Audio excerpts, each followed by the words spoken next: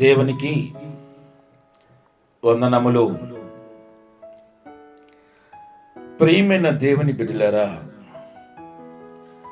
Kingdom gospel ministries ప్రభు పేరిట మీకు అందరికీ శుభాభివందనములు.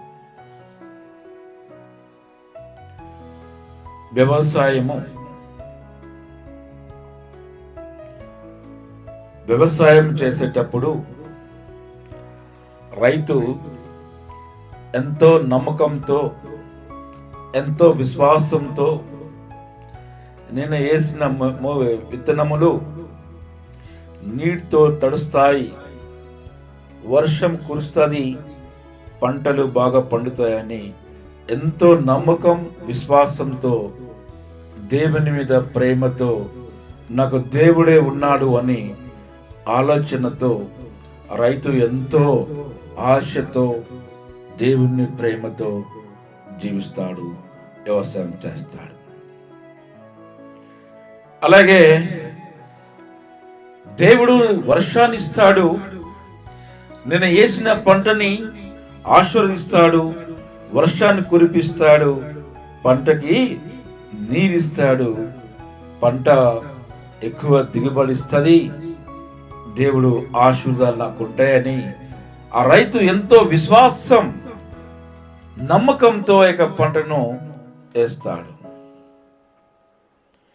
ఇక్కడ రైతు ఏం ఆలోచించిందంటే, నాకు దేవుడు ఉన్నాడు అని ఒక విశ్వాసంతో అతను పంటను వేశాడు.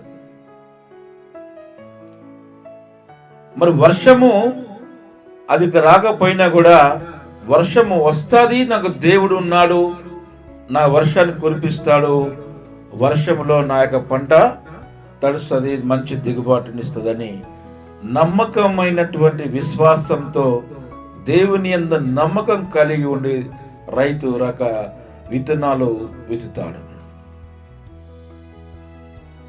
అది నమ్మకం. అలాగే మననే ఒక వ్యాపారాలు స్టార్ట్ చేస్తా కొంతమంది, దాంట్లో నష్టాలు వస్తాయి, పెట్టిన పెట్టుబడి కూడా రాదు. పెట్టినటువంటి పెట్టుబడి కూడా రాని పరిస్థితుల్లో ఎంతో దుఃఖిస్తారు, ఎంతో బాధపడుతుంటారు. తెచ్చిన అప్పులు వాడికి అప్పులు తీర్చలేనని ఎంతో మనోవేదనకి గురవుతాడు, దుఃఖిస్తూ ఉంటుంటాడు. నేను బంధువుల దగ్గర హేళన పొందుతానేమో, నేను నష్టపోయిన తర్వాత నా స్నేహితులు, నా బంధువులు లెక్క చేయలేమో, అనేకమైనటువంటి విధాలుగా తను ఆవేదనకు దుఃఖపడుతూ ఉంటాడు.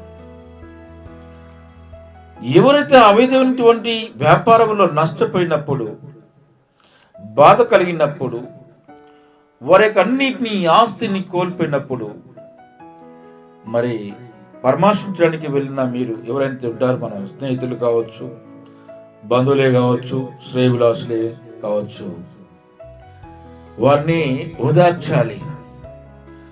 దేవుడు మనకు ఉన్నాడు, దేవుడు నమ్మదగిన వాడు, మన విశ్వాసించదగిన దేవుడు. మన చేయి పనులన్నింటినీ కూడా ఒకవేళ నష్టం వచ్చినా అది మన మంచికే.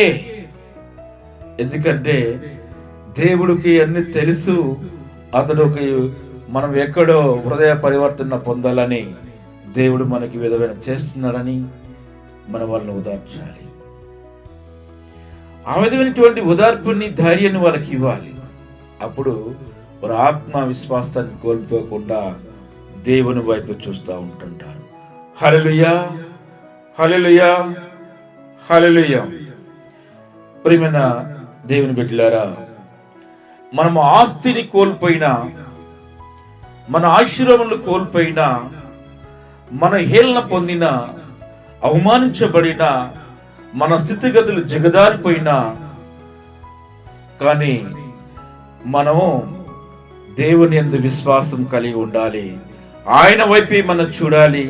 మన దేవుడు నమ్మదగిన దేవుడు, మనని త్రోసివేసే దేవుడు కాదు.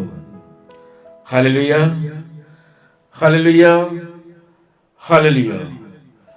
ప్రియమైన దేవుని బిడ్డలారా, నమ్మదగిన దేవుడు, విశ్వాసించగల దేవుడు, నీ స్థితిగతులను మార్చగల దేవుడు, మన యందు విశ్వాసము కలిగినటువంటి దేవుడు. నమ్మితే, విశ్వాసిస్తే నిన్ను విడనాటినటువంటి దేవుడు. యోబు తన నిత్య జీవితంలో కూడా అనేకమైనటువంటి ఇబ్బందులు, అవమానాలు పడినాడు. తనకున్న ఆస్తి అంతా కూడా పోయినది, ఇబ్బందుల్లో ఉన్నాడు. తనకున్నటువంటి పని వారందరూ వెళ్ళిపోయారు, అనేకమైనటువంటి సమస్యలు ఎదుర్కొంటున్నాడు. తనకున్న కుమారులు చనిపోయారు, తనకున్న ఆస్తి అంతా పోయినది. చాలా దీనమైన స్థితిలో, ఇబ్బందుల్లో, ఏమి చేయలేని పరిస్థితుల్లో ఉన్నాడు. ఆయన దేవుని మీద ప్రేమతోటి ఉన్నాడు. నా దేవుడు నమ్మదగిన దేవుడు, నన్ను విశ్వాసము గల దేవుడు, నాకు ఈ విధమైనటువంటి కలుగుతున్నాయంటే దేవుడు నన్ను ఎక్కడో పరీక్ష చేస్తున్నాడనే భావనతోనే ఉన్నాడు. కానీ నాకు ఈ నష్టాలు ఎందుకు వచ్చాయి, నా కుమారులు చనిపోయారు, నాకు ఇన్ని అంతా ఉన్నటువంటి ధనం అంతా అయిపోయింది, అప్పులు అయిపోయి, ఆస్తులన్నీ పోయినాయని, నా నమ్ముకున్న వారే నా దగ్గర నుంచి వెళ్ళిపోయారని ఈనాడు దేవుడిని నిందించలేదు. హల్లెలూయా, హల్లెలూయా, హల్లెలూయా. కానీ విశ్వాసము గల ప్రార్థన, దేవుని మీద నమ్మకంతో కలిగి ఉండి ప్రార్థనలోనే ఉన్నాడు. అతనికి అనుకూలమైనటువంటి ఒక పెద్ద జబ్బు వచ్చింది. ఆ శరీరం మొత్తం కూడా పుళ్ళతో మరి కప్పి ఉన్నది. అయినా దేవుని విశ్వాసం కోల్పోలేదు. అప్పుడు తనకున్నటువంటి స్నేహితులు, ఒక 3 స్నేహితులు యోబు దగ్గరికి వెళ్తారు. ఏవో, నువ్వు భయపడకు, నువ్వు బాధపడకు, దుఃఖపడకో, మన నమ్మదగిన దేవుడు, చాలా యథార్థమైన దేవుడు, విశ్వాసించగల దేవుడు, మనల్ని పరీక్షిస్తున్నాడు, నీ స్థితిగతులను మార్చగల దేవుడు అని ఎలీఫాజు అనే తన యోబు యొక్క స్నేహితుడు ఎలీఫాజు యోబుని ఉద్దేశించి మాట్లాడుతూ ఉంటాడు.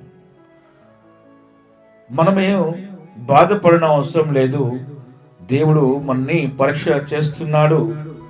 మరి దేవుడు మనం ఏదైతే కోల్పోయామో మనం తిరిగి ఇస్తాడు, విశ్వాసం కలిగి ఉండు అని ఎలీఫాజు యోబుని ఉద్దేశించి ఉదార్చు కొన్ని విషయాలు తెలియజేస్తూ ఉంటుంటాడు. ప్రియమైన దేవుని బిడ్డలారా, ఆస్తిని కోల్పోయినా, అవమానాలు ఎదురైనా, జీవితంలో అన్ని కోల్పోయినా దేవుడు మనని విడిచిపెట్టే దేవుడు కాదు. మన ప్రార్థనని వినగల దేవుడు.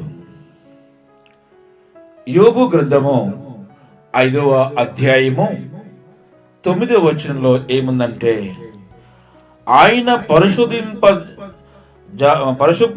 పరిశోధింపజాలని మా కార్యములను లెక్కలేవని అద్భుత క్రియలను చేయువాడు. ఆయన పరిశోధింపజాలని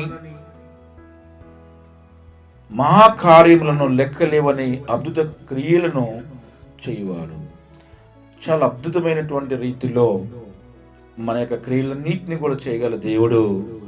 ఆయన మనం పరిశోధిస్తున్నాడు, పరీక్షిస్తున్నాడు, మన సాహసాన్ని పరిశీలన చేస్తున్నాడు.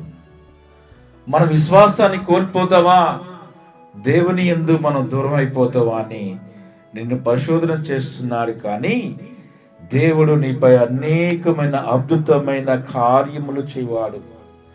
నీ స్థితిగతులను మార్చగల దేవుడు. హల్లెలూయా, హల్లెలూయా. ప్రియమైన దేవుని బిడ్డలారా, మనము ఆస్తిని కోల్పోయినప్పుడు, లేదా మన అనేకమైన అవమానాలు పొందినప్పుడు, మన ఎన్ని కూడా, ఎందుకంటే దేవుడు మనని పరిశోధిస్తున్నాడు. ఆ పరిశోధించిన తర్వాత దేవుని తెలుసుకోవాలని, ఇంకా మనము మారు మనసు పొందాలని, నిత్య జీవితంలో అనే మార్గం నడవాలని దేవుడు మనం పరిశీలన చేస్తూ ఉంటాడు. ఆ విధంగానే మనము అద్భుతమైన కార్యములు